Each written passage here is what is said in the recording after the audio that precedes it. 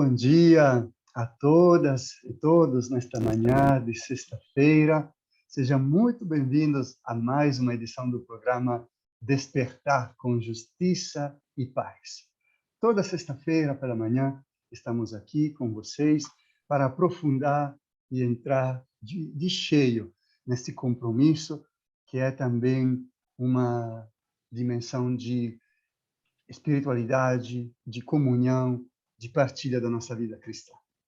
Eu sou Padre Dario, missionário comboniano, sou italiano de origem, se percebe pelo meu sotaque, mas vivo no Brasil faz muitos anos. Morei por muito tempo no Maranhão, numa região que, inclusive, é tema do debate de hoje.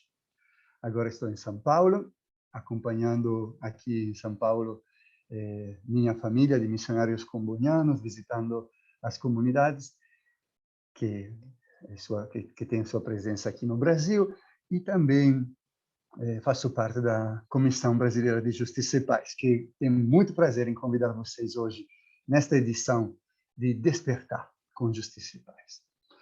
Tempo de Quaresma, meus amigos, minhas amigas, é a primeira de nossas transmissões no tempo de Quaresma, tempo de conversão, de reconciliação, de reparação. E abrimos esta Quaresma num tempo que ameaça muito a justiça e a paz. Todas e todos estamos profundamente feridos pelo que está acontecendo no mundo, com esses ares de guerra, estas notícias. Já estamos no 9º dia do ataque à Ucrânia. Não é uma guerra qualquer, porque está envolvendo e tensionando muitas potências mundiais. Queremos hoje nos solidarizar com o povo ucraniano, mas também com todos os povos que, nestes últimos anos, estão sendo vítimas de muitas guerras injustas, de muitas invasões de seus territórios. Recordar os tantos refugiados e refugiadas que atravessam países em busca de paz, pedir a Deus o dom da paz. O nosso Papa Francisco, nesta quarta-feira, nos pediu um tempo forte de oração. Nós, da CBJP, gostaríamos de esticar essa oração que o Papa nos chamou a fazer nesta quarta-feira de cinza, e hoje também, nesse primeiro Despertar com Justiça e Paz da Quaresma, fazer desse programa também um tempo de oração, um tempo de compromisso, porque oração não é só na reza, mas é também no compromisso.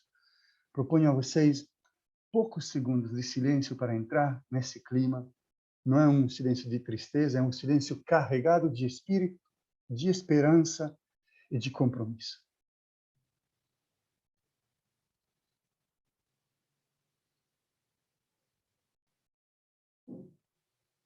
Que Deus nos acompanhe e nos abra caminhos de justiça e paz. Pois é, mas não é só tempo de guerra na Europa.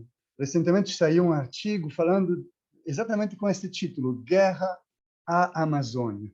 É uma guerra assim sistemática, progressiva, crescente, que vem atacando nossos territórios. Fiquei inclusive abismado ao ver as conexões que estão sendo feitas entre os ataques à Ucrânia e a necessidade de voltar a atacar a nossa Amazônia para defender os recursos naturais, os fertilizantes ou os minérios, devido à ameaça da guerra. Duas guerras ameaçando a Amazônia. Para falar sobre isso, hoje temos um convidado muito especial. Dom Altevir, bispo de Cametá, Dom Altevir, José Altevir da Silva, missionário espiritano. É um grande prazer ter o senhor aqui junto conosco. Bom dia, Dom Altevir. Bom dia, Padre Dário. Bom dia a todos que estão nos acompanhando nesta manhã, nesse despertar, que seja de fato um despertar para a justiça, um despertar para abraçar esta causa e defender a vida. Muito obrigado por dedicar o seu tempo a nós, Dom Altevir. O tema de hoje é exatamente a Amazônia, mas mais especialmente a região de sua diocese e um território mais amplo, que é a bacia hidrográfica, o todo o território banhado e interessado pela bacia do rio Tocantins e do rio Araguaia. Falaremos hoje da hidrovia Araguaia-Tocantins como uma das ameaças nessa guerra à Amazônia, e nos perguntaremos: progresso para quem? Esse é o título do nosso Despertar com Justiça e Paz de hoje. Hidrovia Araguaia-Tocantins, progresso para quem? Pois é, Dom Altevir. Antes de entrar no tema, como sempre, tivemos uma sequência de convidados e convidadas muito interessantes em nossas sextas-feiras, e a primeira pergunta sempre nos serve para conhecer melhor a pessoa com a qual dialogamos, né? Nesse espírito de café, de entrosamento, de encontro, ao qual queremos convidar todos vocês que estão agora aqui ligados e conectados no canal YouTube. Então, vamos tomar um café com Dom Altevir e conhecer a sua história. Queremos saber como nasceu a sua vocação religiosa, como foi o seu percurso que lhe levou até esse ministério, esse serviço de bispo no coração da Amazônia. Diga-nos, Dom Altevir. Muito bem. A história da gente é realmente um presente de Deus que vai cada dia mostrando surpresas, mostrando realmente encanto, entusiasmo frente aos desafios. Eu sou natural do Amazonas, um município muito pequeno chamado Guajará. É o último município do Amazonas que faz divisa já com Cruzeiro do Sul, no Acre. A minha diocese de origem é a diocese de Cruzeiro do Sul, onde está o Dom Flávio. É uma diocese que ainda pega os dois estados, né, que, sem dúvida, é uma dificuldade ainda na Igreja do Brasil, quando uma diocese abrange dois estados, porque são tão diferentes as realidades e fica difícil para o bispo também. Então, eu sou aqui desse interiorzinho, um município pequeno. A igreja, na época, os espiritanos, a congregação do Espírito Santo, era a única congregação que estava aqui, né, desde o início da evangelização nesse território. Foram eles, essa congregação que iniciou, e, aliás, continua até hoje, um grupinho pequeno ainda. Mas hoje, graças a Deus, já temos seminário diocesano, já temos a igreja local, que esse é o papel também dessa congregação. E ali, quando eu comecei aqui, não tinha nem seminário, não tinha seminário na época. Já tinha acontecido, em 1930, 37, um grupo de estudantes que se formaram, ainda estudavam em Portugal e voltavam para atuar na Amazônia, de modo geral, na Amazônia. Mas eu acredito que foi justamente uma motivação familiar. Minha mãe é muito católica ali, levava para a igreja, e ali conhecendo o padre, eu sei que um dia o padre convidou-me para estudar, para ser padre, mas isso era impossível para nós, uma família bem pobre, e a visão que a gente tinha era diferente, né, dos padres alemães, um distanciamento. No fundo, não era tão assim, mas era a visão que nós tínhamos, o lado de cá tinha. E isso é interessante, porque nos ensina hoje como encurtar essa distância entre as duas partes. E aí ele ficou um tempo, eu também disse nada, a mamãe não disse não, era muito cedo, nem tinha muita esperança para isso, também nem tinha seminário. Só que depois, isso eu estava também ainda acho que 11, 12 anos. Mas depois, quando terminou o ensino fundamental, eu saí desse lugarzinho de Guajará e fui para Cruzeiro do Sul. E lá no dia da formatura, como a gente chamava, o padre que me chamou estava lá também. E aí ele convidou-me. Eu digo, olha, a minha mãe está aí, conversa com ela. E ali coloquei a minha mãe num fogo danado. E assim se deu o início da vocação. E aí eu fui morar com eles, não tinha seminário, então no primeiro ano foi construindo o seminário, no outro ano chegaram vários estudantes, e acredito que desses primeira turma, foi 1980, 80, 82, acho que praticamente só tem eu, fico como padre. Depois, eram 14 depois, aí, mas nós temos da região mais padres, Padre Leonardo, Padre Carlinhos, que são da região, são espiritanos também. Mas a congregação do Espírito Santo, ela me ajuda muito, me ajuda muito no sentido de que é uma congregação missionária que nos motiva, e justamente onde a igreja tem dificuldade de encontrar operários. Esse foi quando ela foi fundada, esse foi o principal objetivo, né? Sermos advogados dos pobres. Assim, os nossos fundadores realmente falam. E ser advogado dos pobres, e onde a igreja não tem dificuldade de encontrar operários. Então, isso motivou e me motiva até hoje.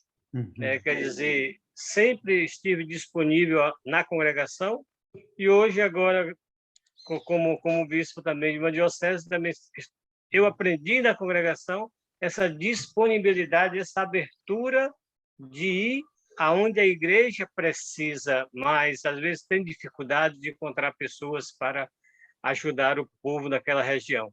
Então, isso me ajudou bastante a olhar a missão e abraçar a missão, viver a missão, me transformar em missão de uma maneira mais livre, sem interesse pessoal, mas sim atender realmente a necessidade daquela igreja local.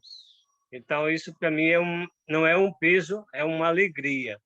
Então, a congregação me ajudou muito e me continua me ajudando também. A espiritualidade, essa espiritualidade encarnada, eu acho o fundador, o padre Lieberman, fundador da Congregação do Espírito Santo, que são um dos fundadores, ele diz a vocação. Eu achei uma definição linda da vocação, que o tema é esse.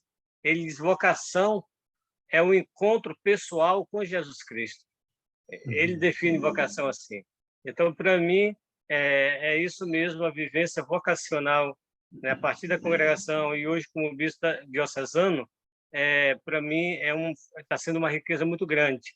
Essa mesclagem da espiritualidade de uma congregação com a espiritualidade diocesana, que eu estou agora cada dia mais adentrando nessa espiritualidade, mostrando que o diocesano tem uma espiritualidade, né, e que nós devemos realmente nos abrir cada vez mais para uma missão sem fronteira, para uma missão adigentes, para uma missão muito mais ampla. Então, em síntese, a história da minha vocação é essa, e depois tive boas oportunidades, simples, mas muito propícias para aprofundar esse amor, esse carinho pela missão.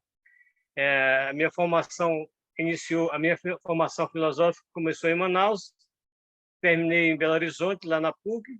Depois a teologia foi em São Paulo, lá no IPESP. Depois eu morei alguns anos na Nigéria, numa área bastante exigente, no norte da Nigéria, onde 48% eram muçulmanos, é um aprendizado também muito lindo. E depois, voltando, fui ordenado em 92, na Diocese de Cruzeiro do Sul, e depois continuei a minha caminhada em Rondônia, junto ali aqueles conflitos agrários muito fortes da época, nos anos 92, inclusive em 95 aconteceu o massacre de Colombiária, onde eu acompanhei de perto, e fui responsável pelo encaminhamento, inclusive, de uma boa parte daquele povo que voltaram para Colombiária, e outros que foram lá para Cacoal, para outra parte lá de Rondônia, e assim fiquei uns 6 anos por lá, depois formação, estudo, e fiquei muitos anos, 9 anos como formador, e depois da filosofia e da teologia, e depois fiquei na CNBB também alguns anos, quase 5 anos ou mais, sei lá, uns 5 anos como assessor de missão missionária e secretário do Comino, também a missão continental.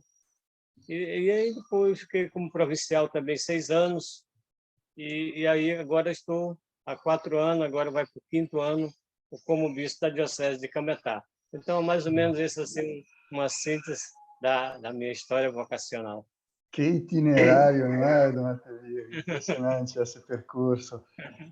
Porém, de tudo isso, queremos capturar essa identidade. Um bispo amazônida que atravessou a Amazônia, né, de Cruzeiro do Sul até Cametá, da Amazônia Ocidental à Oriental.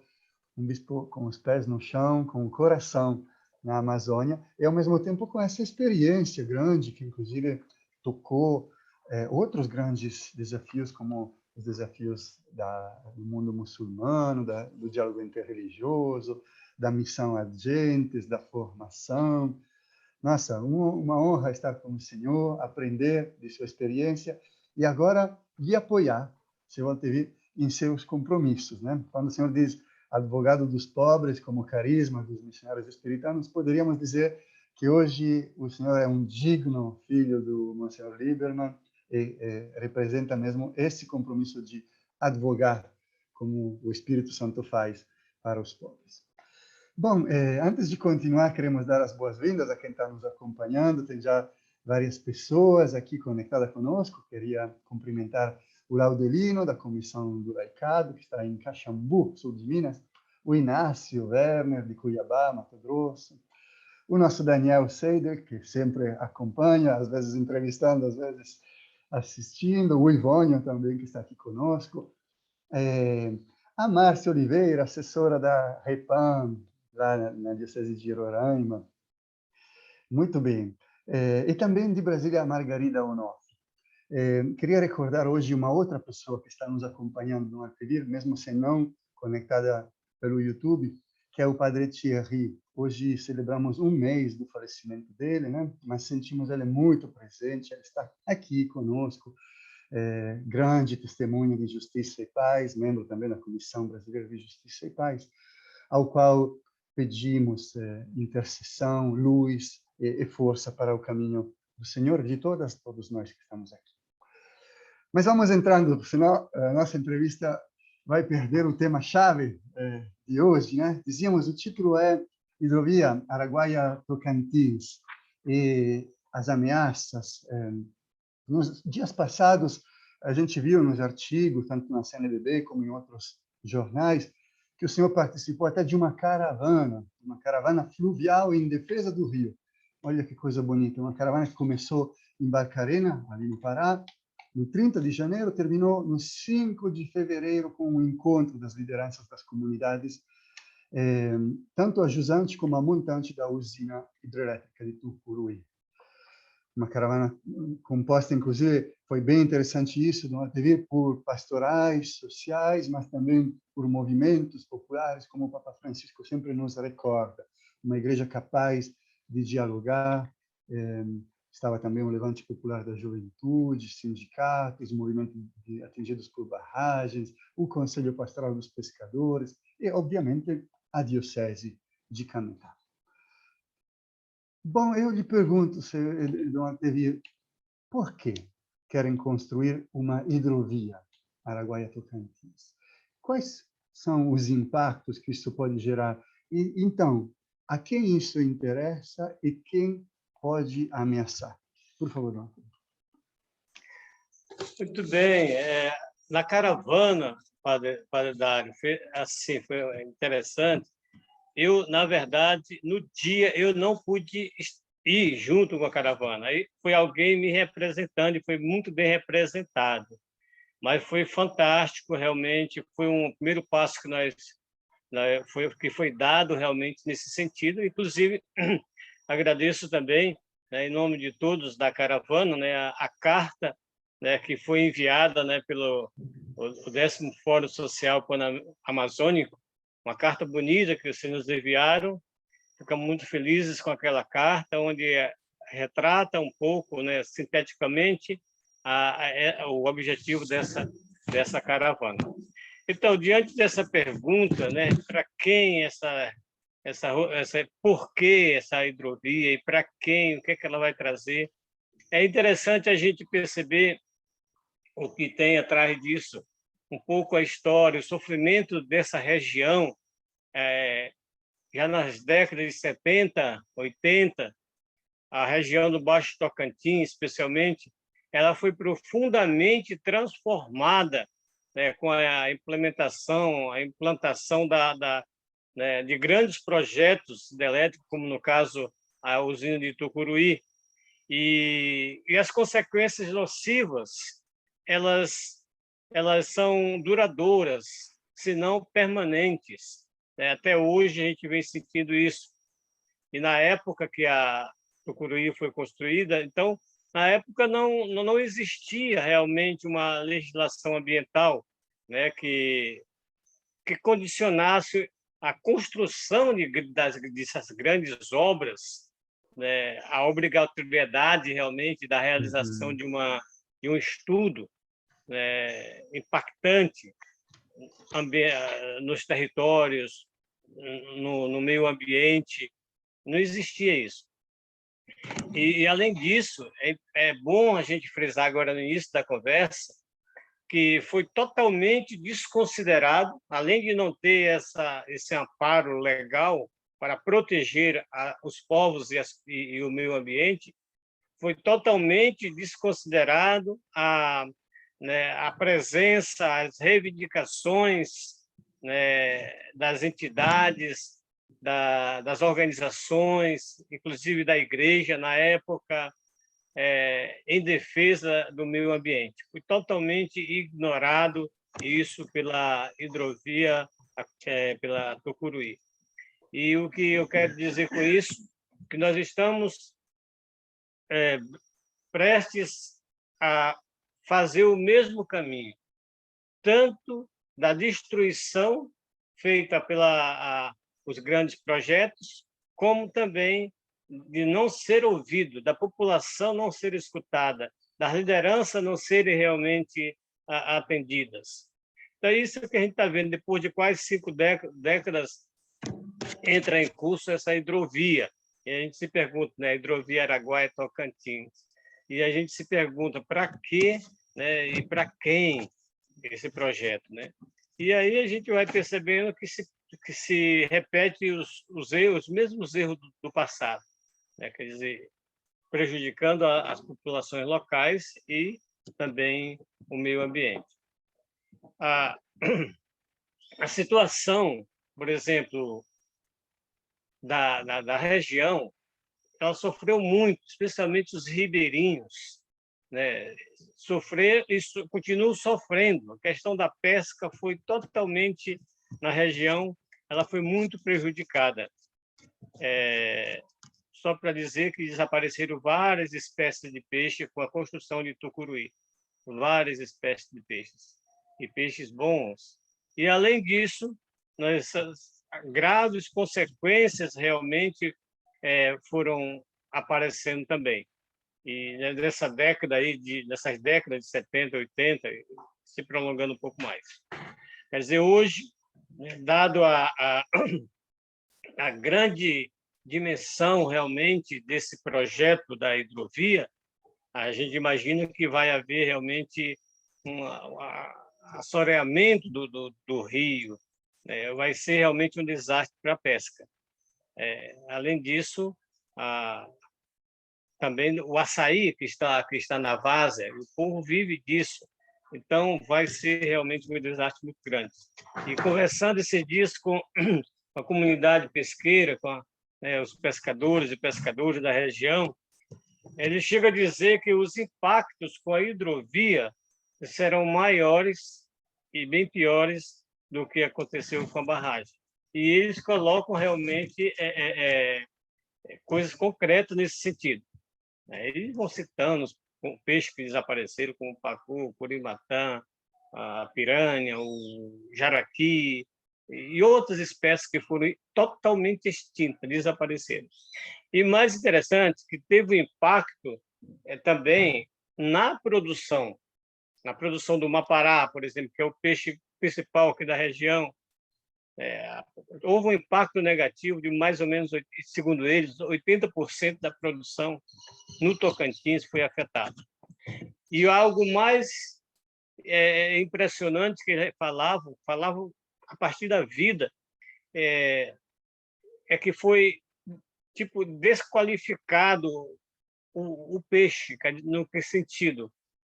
Além de perder essas espécies, o peixe também ele perdeu no sabor, ele perdeu no tamanho, né, no crescimento, perdeu na produção.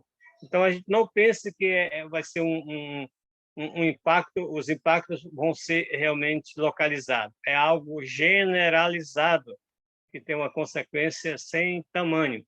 Então, isso é uma fala deles mesmos, a partir da vida deles, né? Não é algo que está nos livros, não. E aí a gente se pergunta, né, por que a hidrovia, né? Para que essa hidrovia? Aí que fica mais triste ainda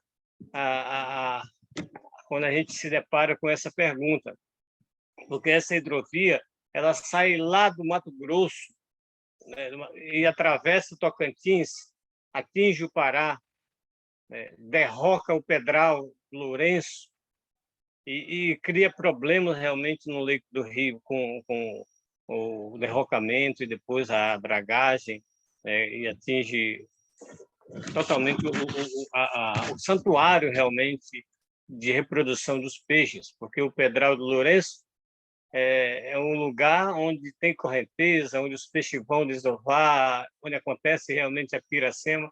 É o útero realmente do rio, e ali vai ser destruído, vai fazer o derrocamento disso aí. Mas, respondendo um pouco mais direto à pergunta, quando chegar o tempo, me avise. A construção da hidrovia, ela significa, em síntese, a morte do rio, o fim do rio. Quer dizer, isso é muito triste. Na década de 70, 80, foi a primeira intervenção no rio, que o rio sofreu ali naquela região, com a construção da barragem. Quer dizer, houve resistência da população, né? A Igreja Católica, como já falei, especialmente na pessoa do Dom José Elias, bispo de Cametá, que abraçou esta causa junto com o povo, mas o povo não venceu.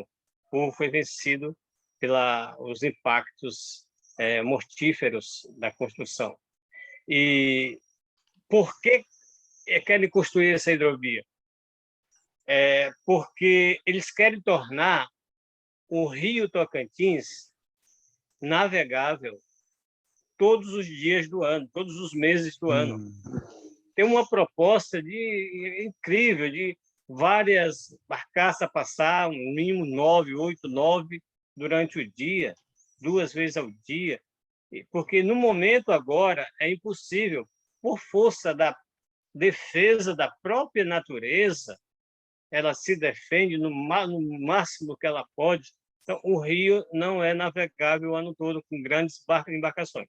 O Ribeirinhos pode navegar o ano todo, porque não agride a natureza.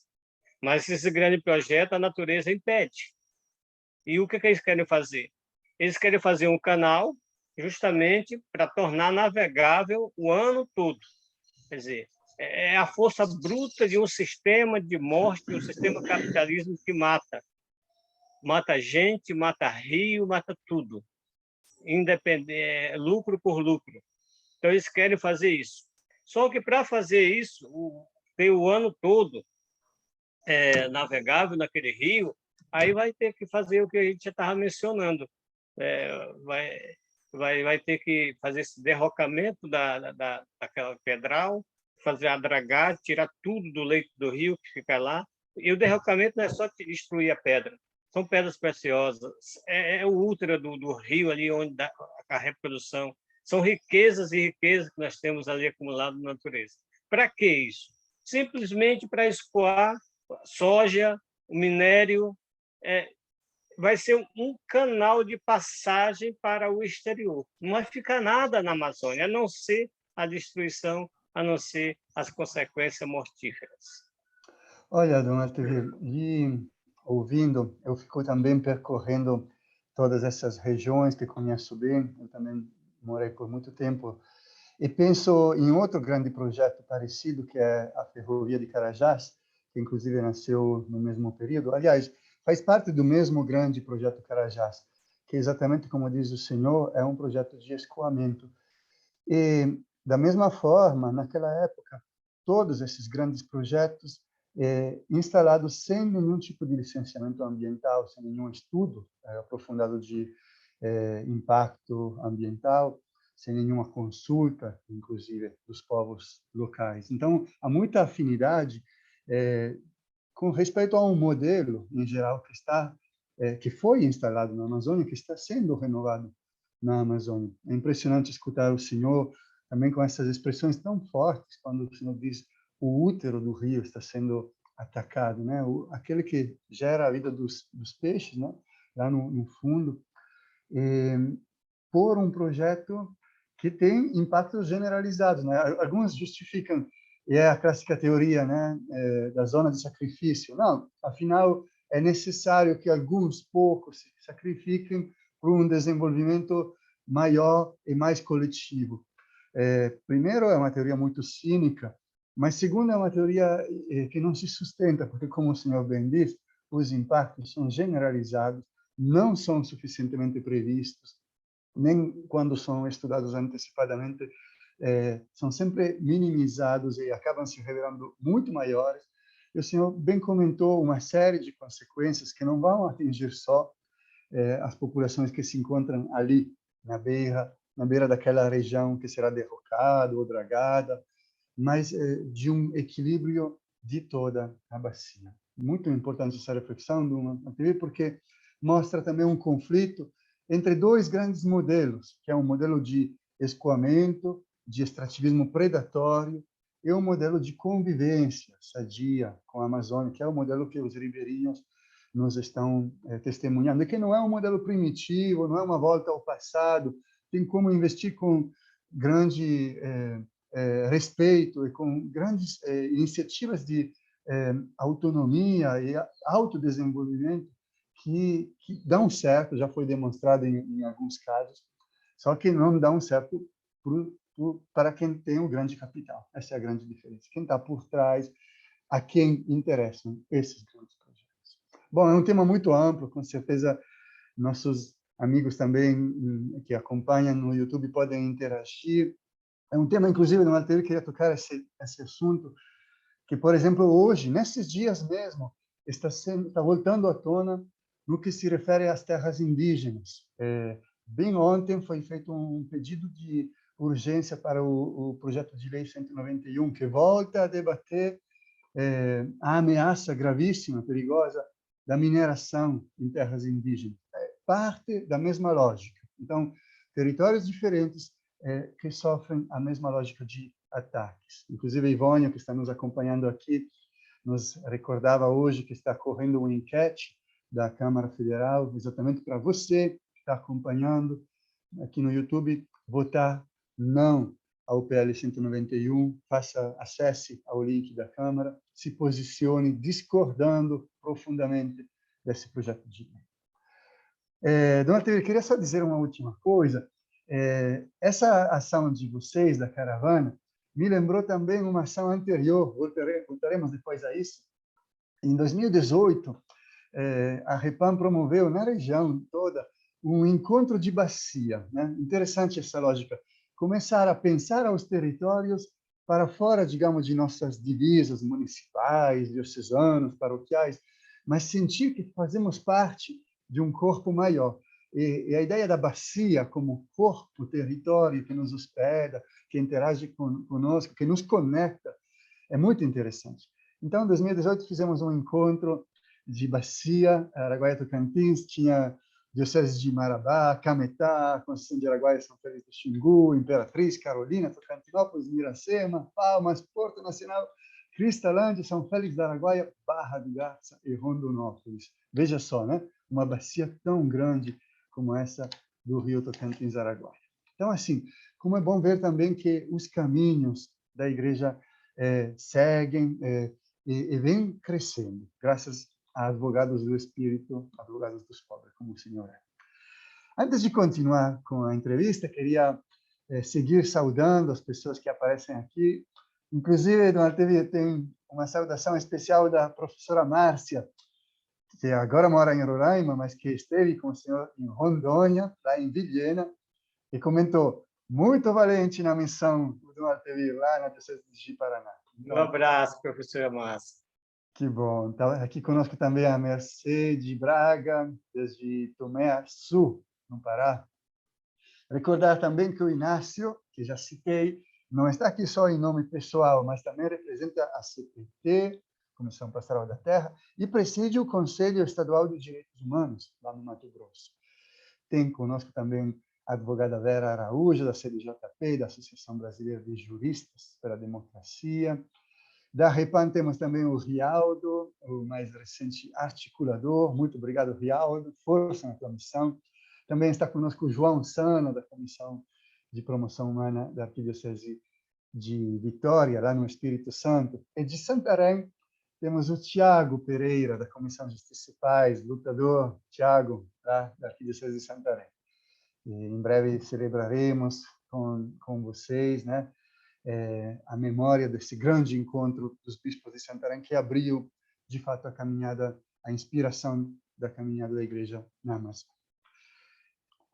E é sobre isso mesmo, Dona TV, que eu quero perguntar agora.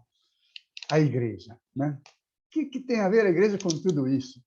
Eu que trabalho com mineração, escuto isso todos os dias, né? As pessoas dizem, poxa, mas será que é, de fato, o papel da Igreja se meter com essas coisas? Primeiro, não são de nossa primeira competência. Segundo, são argumentos cabeludos, eu posso dizer bem isso. E terceiro, deixem isso para outras pessoas. Fiquemos, dizem muitos, naquilo que é mais próprio da Igreja, que é a evangelização. Aí eu lhe pergunto, Dona TV, será que isso não tem a ver com a evangelização? Quais são as bases do pensamento social da Igreja, do ensinamento, do magistério da Igreja, que não só nos justificam, mas que nos empurram para se dedicar aos povos e à defesa da terra? Vamos dialogando um pouco sobre isso, sobre os documentos da Igreja, sobre as experiências da Igreja e sobre um elemento importante. Eu até coloquei em sua honra essa camisa do Sínodo da Amazônia. Vamos dialogar sobre o Sínodo da Amazônia, que também nos deu essa missão. Muito bem, olha, é isso mesmo, a gente escuta muito essa pergunta. O que a Igreja tem a ver com isso?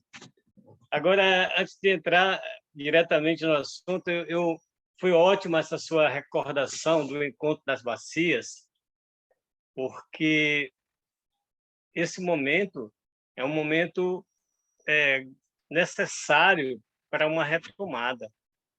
Quando o senhor estava apresentando vários locais daquele encontro que aconteceu lá em Tocantins, lá em Miracema, acredito.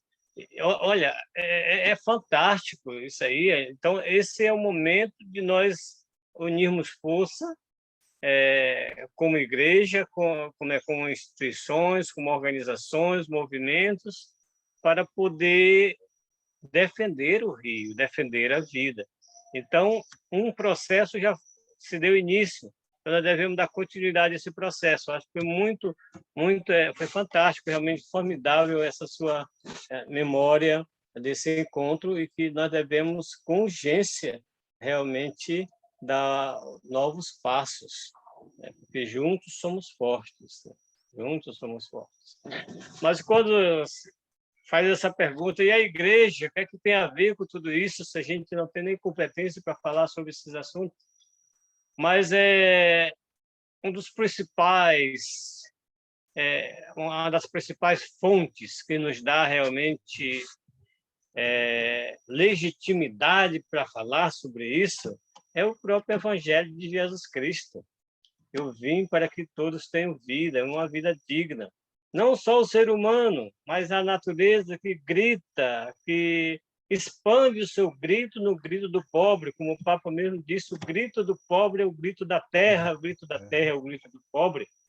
Então, nós temos principalmente o Evangelho de Jesus Cristo e o Evangelho que está na vida dos povos no dia a dia. E que precisamos fazer essa leitura, que precisamos realmente fazer essa hermenêutica nos dias de hoje, né? Perceber o grito da terra no grito do povo. Mas olhando os documentos, o sino para a Amazônia, como está com a camisa bonita aí, própria mesmo desse momento tão forte da história da igreja em nossa região amazônica e também no mundo, porque o sino da Amazônia não foi um sino para a Amazônia, um sino realmente para o mundo, assim como é grande e sem fronteiras, as consequências daqueles que não cuidam realmente do nosso território, que não cuidam realmente da nossa casa comum, a partir do meio onde nós nos encontramos.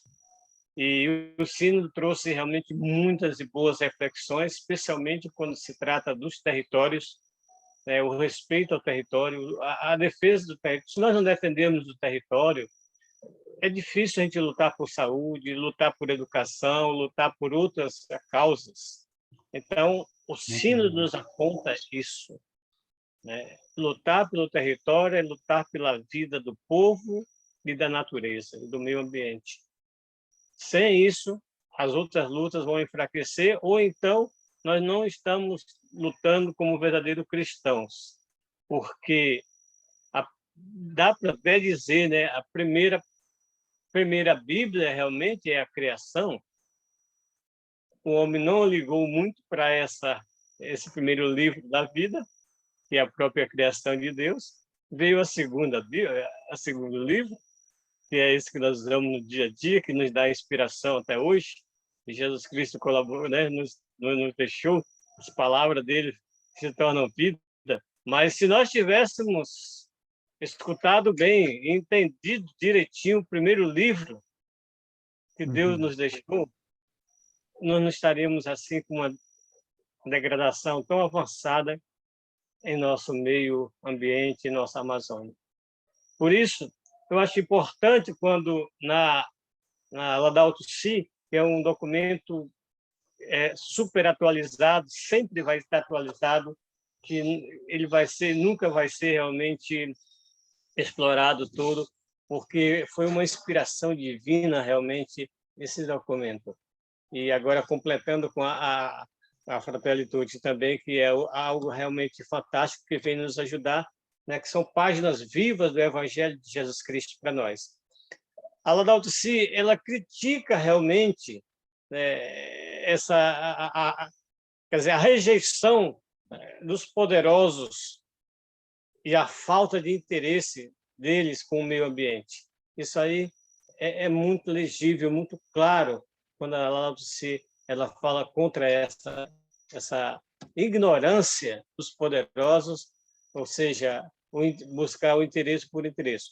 Quer dizer, a Laudato Si afirma que a Terra ela parece se transformar realmente cada vez mais no imenso depósito de lixo. E aqui não se trata de um lixo que o morador coloca no rio ou fora, isso também é de se notar e da gente educar, é possível.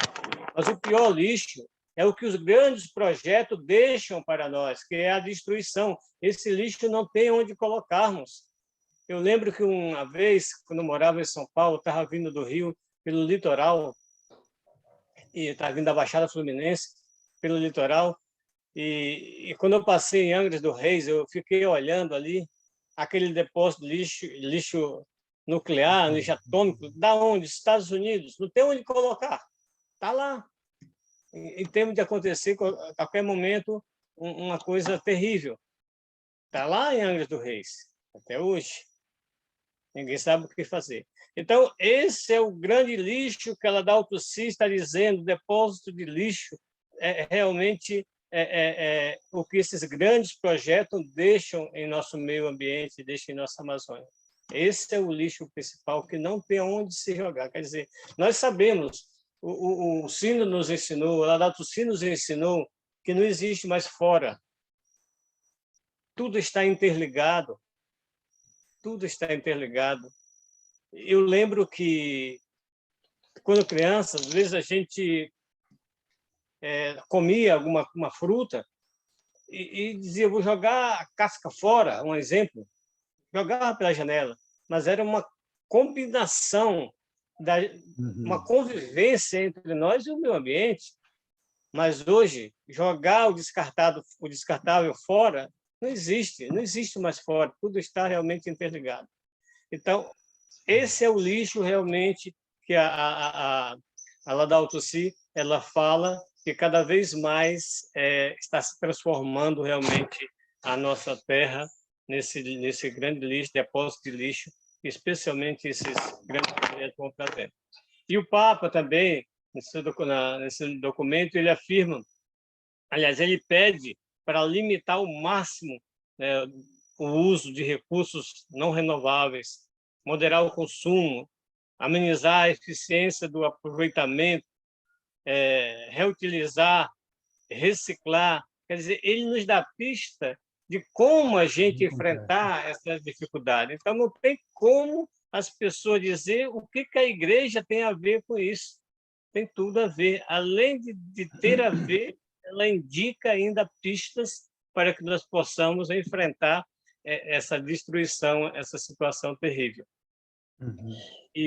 Então, isso para nós é muito importante. Todos os documentos que a gente olha, a querida Amazônia, né, o documento do Sino, do Laudato Si, todos os documentos que o Papa Francisco está fazendo ultimamente, realmente o enfoque é esse. Quer dizer, esse documento assegura realmente os mais graves efeitos de todas as agressões ambientais são sofridos pelo povo mais pobre. Isso aí está claro em todos os documentos. Quem sofre mais são os pobres. Quer dizer, e aí a gente vive, como o Papa disse, diante de uma verdadeira dívida ecológica, né? Uma dívida ecológica que merece realmente um pedido de perdão muito grande, uma verdadeira conversão. Então, eu vejo que nós temos tudo a ver com essa situação e dói no coração da gente, né, quando a gente vê dentro da própria igreja pessoas que não se importam com todo esse sofrimento dos povos e da terra.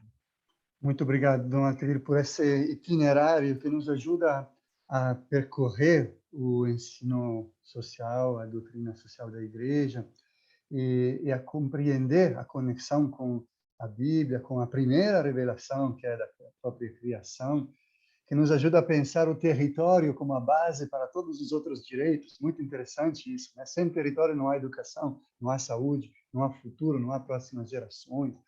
Que nos fala dos direitos do rio, quer dizer, a natureza como sujeito de direitos, né? Foi um dos temas que, inclusive, no Sínodo da Amazônia foi retomado e que está sendo debatido, inclusive, em constituições federais, na Constituição própria que está sendo construída agora também no Chile.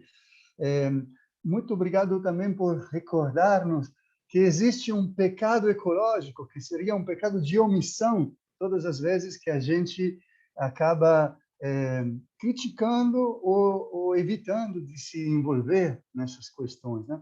Tudo isso faz parte realmente de um amadurecimento cotidiano, passo a passo, dos caminhos da Igreja. O tempo, infelizmente, não nos deixa muitas oportunidades para aprofundar. Eu ainda tenho uma pergunta para o senhor, mas antes disso, quero dar as boas-vindas e cumprimentar outras pessoas que estão intervindo, até dialogando no chat aqui no YouTube. O René Mioto, do CETEP, lá em Brasília, comenta, Dom Ateir, que o mesmo que o senhor descreve está acontecendo em Porto Velho, com as usinas, tem acontecido e ainda segue acontecendo, com as usinas de Santo Antônio, de Jirau. Elas trouxeram um grande impacto ambiental, aumentaram os problemas sociais e, inclusive, as promessas de energia barata que vinham sendo prometidas não se realizaram. Mesmo, pode-se dizer, em Altamira, no Xingu. Assim, temos experiências bastante parecidas pipocando em vários territórios da Amazônia e do Brasil. O João Sana vem citando a Laudato Si, que o senhor muito bem nos desfechou, e diz assim, lá no número 53, estas situações provocam gemidos da irmã Terra, que se unem aos gemidos dos abandonados do mundo. Aquilo que o senhor dizia, né? Com um lamento que reclama de nós outro rumo. Muito obrigado, João, por essa citação. Bonito ver a Comissão de Justiça e Paz que está com a Bíblia e a doutrina da Igreja na mão para saber fundamentar o nosso compromisso. Antes de continuar, queria contar aos nossos ouvintes uma fofoca. O Dom Altevir, além de ser um grande bispo, um grande missionário, é um ótimo fotógrafo, viu? Então, queria recordar aqueles dias lá no Sínodo da Amazônia, onde ele soube imortalar expressões e passagens do Sínodo que quase que capturaram de maneira encarnada a presença do Espírito que nos animou naqueles dias. Queria lhe agradecer também por isso, Dom Altevir. Bom, a minha última pergunta, que é a pergunta da CBJP, Ivone, Daniel, nos ajudam nessa entrevista. É uma pergunta prática, Dom Altevir. Temos poucos minutos, uns 5, 6 minutinhos, mas eu lhe pergunto, então, frente a tudo isso, a essas ameaças sistemáticas, a esses perigos, a esses gritos, né? O que concretamente dá para fazer?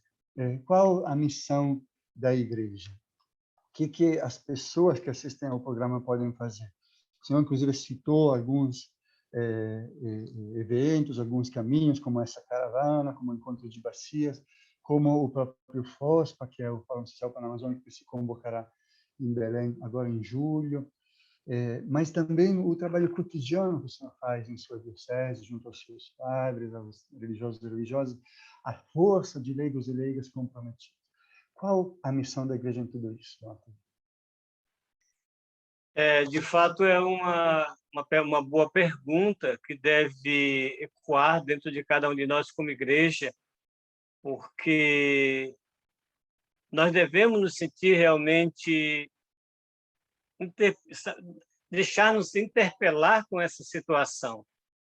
E aí, sem dúvida, nós vamos descobrindo juntos, de acordo com a realidade e também com as ameaças, os meios para poder nós nos defendermos e manter viva a esperança. Agora, um dos passos concretos que eu vejo, sem muita, porque o tempo é curto também, mas o que eu vejo também de uma maneira muito simples mesmo, é somar forças mesmo. Aquilo que você colocava, aquele lembrete, todo esse pessoal das bacias, isso já é uma força grande, porque nós não podemos esperar que outros façam aquilo que é realmente nosso dever. A hidrovia vai passar por essas bacias e não vai demorar, nós sabemos disso. Em 2021, em junho de 2021, o Ministério Público ele enviou uma recomendação para o IBAMA, nós sabemos, é bom lembrar isso, suspendendo o processo de licenciamento, né, ambiental da hidrovia Araguaia-Tocantins, porque não tinham feito a consulta prévia. E aí, isso aqui é importante ver que eles começam, isso em julho de 2021, mas é importante perceber isso, que tudo indica que para março desse ano, agora este mês, estaria em curso o projeto. Então, nós não podemos mais demorar. É urgente. Urgente se faz unirmos forças e partirmos realmente para um trabalho de conscientização. Nós não podemos deixar morrer a esperança, porque o pobre vive de esperança.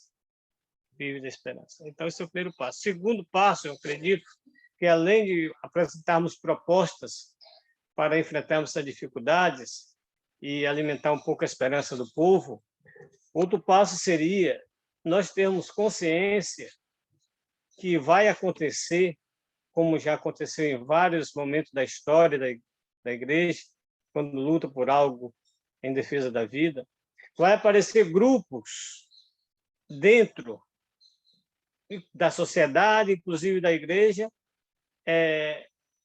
falando contra ou querendo atrapalhar essa caminhada, para confundir o povo. Isso é importante nós detectarmos isso e a gente unificar nossa linguagem. Porque, por exemplo, o que foi feito, tipo uma caravana, como também, né, o próprio 10º Fórum Social também vai fazer uma caravana também. Esses gestos concretos ou outros gestos, tem grupos pequenos que ficam infiltrados, sondando aí para fazer a mesma coisa, mas com um jeito diferente, para confundir a cabeça das pessoas. Por exemplo, na hidrovia, nós devemos ter muito cuidado com a palavra compensação. Tem gente colocando na cabeça do povo, são esses grupos que eu me refiro, que nós devemos ficar atentos para realmente não sermos usados, não sermos peça de manobra deles, que eles vão usando as mesmas atitudes nossas para confundir o povo. Compensação, gente, não existe diante de um projeto desse tamanho e da destruição que ele faz. Aliás, devemos conscientizar o povo justamente dizendo que se um projeto dessa natureza, que é um projeto realmente que destrói, em si, ele já é nato desse projeto, entre aspas, muitas aspas mesmo, a compensação. Então, para que lutar por compensação agora? Se isso já é nato do projeto, da responsabilidade do projeto que destrói. Nós devemos lutar por outra coisa, devemos lutar para que esse projeto não aconteça. Ninguém é contra o progresso, mas para quem o progresso? Ninguém é contra realmente o desenvolvimento, mas que tipo de desenvolvimento e para quem esse desenvolvimento? Então, nós devemos lutar hoje realmente unir forças e partir realmente para a conscientização das pessoas e envolver as forças vivas, a sociedade, os movimentos sociais e a igreja nessa caminhada, para que juntos nós possamos, se não frear esse projeto, que é muito difícil, mas ao menos não deixar morrer a esperança do nosso povo. Muito obrigado, Dom Altevir. Bem forte, bem claro, bem lúcida também sua análise com respeito aos perigos de sedução, de enganação, de compensaçõezinhas curtas, né, que não reparam de forma alguma danos permanentes que vão, inclusive, alcançar as futuras gerações, né? Então, muito claro, é importante que a igreja esteja nisso e esteja nessa atitude que o Senhor diz, uma atitude de construção de rede, de alianças, de proximidades. E agradecemos muito, sabemos que para o Senhor também não deve ser fácil, de repente, críticas, ataques externos ou internos. Saiba, Dom Altevir, que tem todo o apoio da Comissão Brasileira de Justiça e Paz, da REPAM, de muitos outros bispos, padres, leigos, leigas comprometidos, do próprio Papa Francisco, que nos deu esse mandato lá no Sínodo, de seguir escutando e defendendo o grito dos pobres e da Mãe Terra. Dom Altevir, lhe agradecemos demais por esse tempo. Foi uma aula de compromisso cristão, de dedicação, de fé. Eu queria avisar que esse programa ficará gravado, estará no canal YouTube da Comissão Brasileira de Justiça e Paz, de modo que quem queira possa divulgar, o senhor também, né, se quiser pegar o link, mandá-lo a outras pessoas, pode ser uma oportunidade de formação, de debate, até para pessoas que, de repente, divirjam, não estejam de acordo com esses pontos, mas pelo menos possam escutar nosso ponto de vista, nossas razões. É um canal esse de debate e de aprofundamento. Temos que encerrar aqui, só iremos daqui a pouco lhe pedir a sua bênção, Dom Altevir. Queria só recordar que todas as sextas-feiras, no mesmo horário, às 8 da manhã, o programa Despertar com Justiça e Paz vai ao ar, aqui nesse canal do YouTube, para vocês, para seguirmos fiéis, apaixonados, animados e em relações de fraternidade e sororidade, que é muito importante. Tá? A comunhão, a comunidade, nesse tempo tão difícil, é algo essencial. Então, deixamos ao Senhor, Dom Altevir, sua saudação, sua bênção para encerrar o nosso programa. Então, eu agradeço imensamente essa oportunidade e, de uma maneira simples, a gente poder realmente falar aquilo que a gente está vivenciando, presenciando diante desse momento drástico, mais uma vez na história desta região amazônica. E Deus que abençoe cada um de nós e também todos aqueles participantes desse programa, que nós possamos, depois de cada programa desse, realmente deixar-nos